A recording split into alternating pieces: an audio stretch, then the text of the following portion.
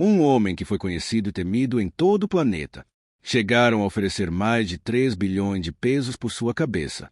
Um de seus sicários chegou a matar mais de 300 pessoas. E até ordenou a morte de candidatos presidenciais. Ameaçou governos estrangeiros. E ainda hoje, décadas após sua morte, continuamos nos perguntando: o que restou dele em Medellín? O que aconteceu com suas propriedades? Onde terminaram os homens que um dia o protegeram? Venha comigo, porque hoje vamos responder a todas essas perguntas. J. John Jairo Arias, conhecido como Penina ou El Chile, foi uma peça-chave do cartel de Medellín. Escobar o via como seu possível sucessor caso ele caísse. Era um dos homens mais temidos e respeitados. E foi neste luxuoso apartamento em El Poblado, Medellín, que encontrou seu fim. Naquele dia, Penina visitava sua esposa e sua filha. Quando o bloco de busca chegou, ele se viu encurralado. Pegou sua arma, quebrou a janela e pulou do 3º andar. O impacto fraturou seu tornozelo e abriu seu crânio. Mas mesmo ferido, tentou chegar até seu carro. Não conseguiu. No 1º andar teve um confronto corpo a corpo com mais de 40 oficiais. Ali, em meio ao fogo cruzado, Penina perdeu a vida. Sua morte foi tão impactante que Popeye, que deveria buscá-lo 2 horas depois, encontrou toda a área bloqueada e soube imediatamente que seu amigo estava morto. Seu corpo foi cremado e hoje seus restos descansam no cemitério de Envigado. Penina foi tão poderoso que, junto com um amigo, comprou uma mansão em El Poblado. Hoje, em 2025, a propriedade continua de pé, mas está abandonada e sob custódia da promotoria. Seu tamanho e localização mostram o nível de riqueza que os homens de Escobar possuíam. No entanto, a imagem é clara. De nada serviu tanta fortuna. Hoje é apenas uma ruína que muitos visitam como se fosse o museu do crime. Antes de Pablo Escobar, houve uma mulher que dominou o negócio, Griselda Blanco. Foi ela quem ensinou Escobar sobre o negócio e quem abriu a ponte entre Medellín e os Estados Unidos. Inventou o método das mulas, escondendo droga em sutiãs e roupas para levá-la a outros países. Ganhava milhões de dólares por dia, mas acabou como muitos outros. Cumpriu 19 anos de prisão nos Estados Unidos, voltou para Medellín e viveu tranquila por um tempo. Até que um dia, em um açougue de bairro, foi assassinada com 2 tiros na cabeça. Acreditou que poderia se aposentar, mas nesse mundo ninguém escolhe quando sair. Hoje, sua sepultura é simples, sem luxos, para alguém que foi uma das mulheres mais poderosas do narcotráfico. Finalmente, chegamos a La Manuela, a fazenda que Escobar mandou construir em homenagem à sua filha. Demoraram mais de 7 anos para terminá-la, com até 200 trabalhadores. Era um paraíso com discoteca, piscina e uma das melhores vistas de Medellín. Mas hoje, só restam ruínas. O sonho de Escobar se transformou em um lembrete de que a ambição desmedida termina em destruição. Essas histórias não buscam glorificar ninguém. Buscam nos lembrar que a violência nunca é o caminho. Penina, Griselda e Escobar tiveram tudo. E perderam tudo. Hoje só restam tumbas, ruínas e lembranças. Quem não aprende com a história está condenado a repeti-la. Muito se diz e muito se comenta. Mas hoje não viemos repetir rumores. Hoje estamos aqui para ver com nossos próprios olhos. O que você está prestes a conhecer não é uma simples fazenda. Não é apenas mais uma das casas que Pablo Escobar teve. Isto é La Manuela, seu projeto mais ambicioso, seu esconderijo perfeito. E também o cenário de alguns dos episódios mais sombrios de sua história. La Manuela não era uma fazenda comum. Você podia chegar por terra, por água e até mesmo pelo ar. Escobar mandou construir um porto privado, uma pista para helicópteros e uma entrada direta desde as vias principais para Medellín.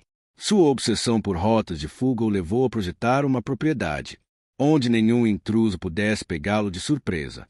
Mas o destino é irônico. Essas mesmas entradas, pensadas para sua segurança, acabaram facilitando a chegada de seus inimigos. Antes de chegar à casa principal, há algo que chama a atenção. A casa de hóspedes, um espaço que muitos milionários invejariam, e que Escobar construiu apenas para receber bem seus amigos. O que vemos hoje está deteriorado, mas ainda é possível sentir o luxo. Parede de concreto extremamente grossas, paredes duplas com esconderijos secretos e ambientes projetados para impressionar.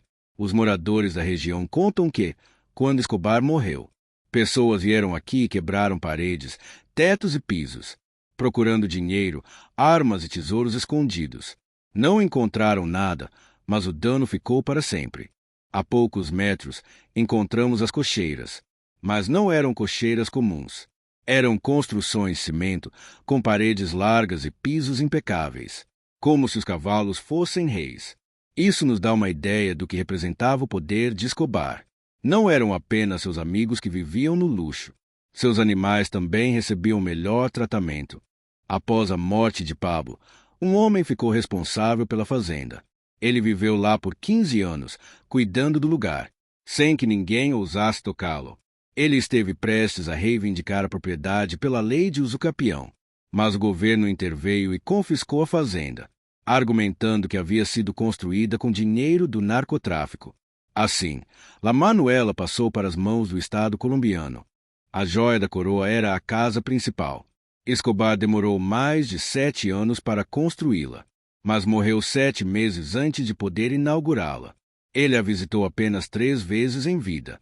Em uma dessas visitas, os Pepes atacaram com mais de 200 quilos de explosivos, mas a estrutura era tão sólida que sofreu apenas pequenos danos. Por dentro encontramos salas com lareiras de concreto, piscinas com jacuzzi no centro, hoje cheias de moedas, quarto de luxo com colunas trazidas da Europa, uma varanda com vista para a represa, que parece saída de um quadro, mas a parte mais arrepiante está no porão. Bunker secreto. Descer ao bunker é entrar em outro mundo. Escuridão total, paredes frias e um silêncio que incomoda. Dizem que neste lugar eram escondidas armas, dinheiro e até mantidos sequestrados alguns inimigos. Hoje, o único que resta são buracos no chão, evidências de pessoas que vieram procurar algo. O que encontraram, ninguém sabe, mas a sensação é clara. Algo aconteceu lá embaixo, algo que nunca foi contado. Deixando para trás a fazenda, chegamos ao famoso bairro Pablo Escobar. Mais de 400 casas foram entregues a famílias que viviam na miséria. Hoje é um lugar cheio de cores e murais, mas também um espaço polêmico. Alguns querem apagar seu nome para receber ajuda do governo. Outros se recusam, porque dizem que seria apagar a própria história. Para encerrar este percurso, lembremos o edifício Mônaco, a residência mais segura da América Latina em seu tempo. Muros com 10 camadas de concreto, coleção de carros no primeiro andar, e a cobertura onde vivia com sua esposa, sua mãe e seus 2 filhos. Um carro-bomba o sacudiu em plena guerra com cartel de Cali. Sua filha ficou surda de um ouvido, mas o edifício permaneceu intacto. Anos depois, após passar para as mãos do governo, foi demolido como um símbolo de que Medellín buscava encerrar esse capítulo de sua história. Hoje, La Manuela, o Mônaco e o bairro Pablo Escobar continuam sendo testemunhas silenciosas de uma era que marcou a Colômbia. Escobar teve tudo: poder, dinheiro, luxos, mas terminou sem poder desfrutar de nada. Suas fazendas são ruínas, suas casas estão vazias, e seu nome continua dividindo opiniões. A lição é clara. O poder e a violência podem erguer impérios, mas, mais cedo ou mais tarde, tudo desmorona.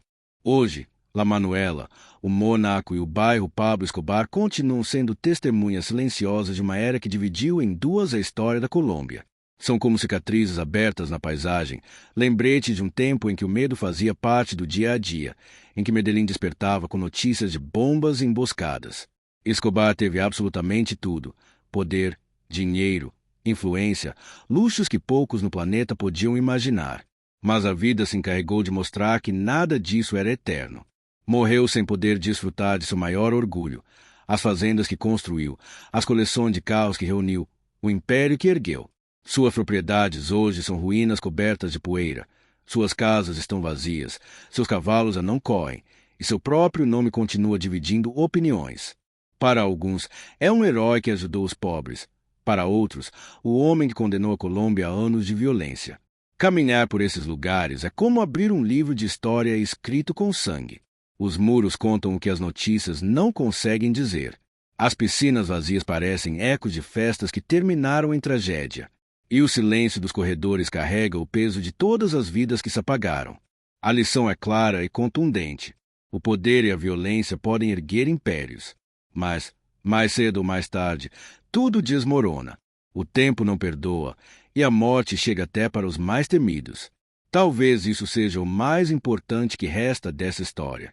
Um aviso para o futuro. Para as novas gerações que olham com curiosidade para essa época. É um chamado para não repetir o ciclo. Medellín já não é a capital do medo.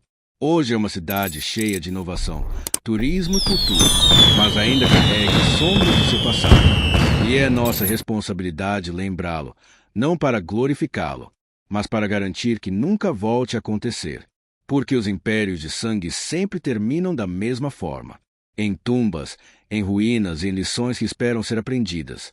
Agora eu pergunto a você. Você acha que a história de Pablo Escobar deve continuar sendo contada para as novas gerações? Sua hora de deixá-la no passado. Deixe sua opinião nos comentários, dedo indicador apontando para baixo. E se você gosta dessas histórias e quer continuar descobrindo segredos que estaram daquela época, inscreva-se no canal e ative o sininho-sino. Assim você não vai perder o próximo episódio, onde exploraremos mais lugares e mais relatos que marcaram nossa história.